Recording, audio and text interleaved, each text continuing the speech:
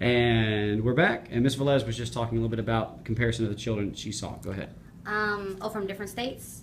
Well, it's very hard in math, especially when you're coming in and they don't even know how to divide, or you have kids that have been homeschooled and you got to you have never seen fractions before. What are you talking about? You're in 8th grade. So that's the difficult, especially in math, because you have them all over the place. So then you have to try to get them all together to take a standardized test that they probably haven't seen half those questions before because they came in January. That's what I see a lot of difficulties with in math, especially. She just sent us this meme or whatever the other day that said, what is all this about what was it? Differentiation. We say we're doing differentiated personalized learning for all these kids, but yet we turn around and give them a standardized test from a standardized curriculum. Exactly. Very good. Good points. In terms of special education, you were addressing that earlier. What specifically do you think has changed most dramatically over the last 10, 15 years? Paperwork's always been there. So, But I think it's worse. yeah, Just there may be a watching what y'all have little to more do. level. Every time there's more paperwork, it's probably because there's another lawsuit that's been filed, on behalf of somebody. I know the technology's made it a little bit easier for us to write IEPs now than it used to be. We used to use some old antiquated systems to write them. I think that the fact that now the state of Georgia makes us kind of be content certified for us to teach resource, and plus we should know our content if I'm working with Ms. Velez or Ms. Salmon or Ms. Woodley in social studies. So it has kind of forced special teachers to kind of know what they're talking about, whereas I think in the old days that true.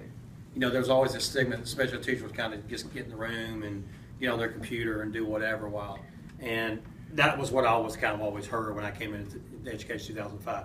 But I think that now the state of Georgia and probably other states too expect us to know the content as well as the teachers do. I can never know books as much as Ms. Salmon does. That we got to be able to teach it too, and that I think that's changed a little bit, and it makes the special ed teachers look a little more employable, and that we know what we're talking about than the old days. So. I think a frustration that I thought of while you're talking about that is, when I first started, I had a co-teacher, and we were able to really actually have time to sit down and plan. We don't have time to do that. Mm-hmm. I mean, it's a fly by your seat of the pants kind of thing. Here's my lesson plans 3 days after we've already started doing whatever, because we literally don't have time. And I miss that. I miss that being able to collaborate and throw ideas. We don't even have time to do that with our own teammates or cup people, in all honesty, because we're so squeezed down for time.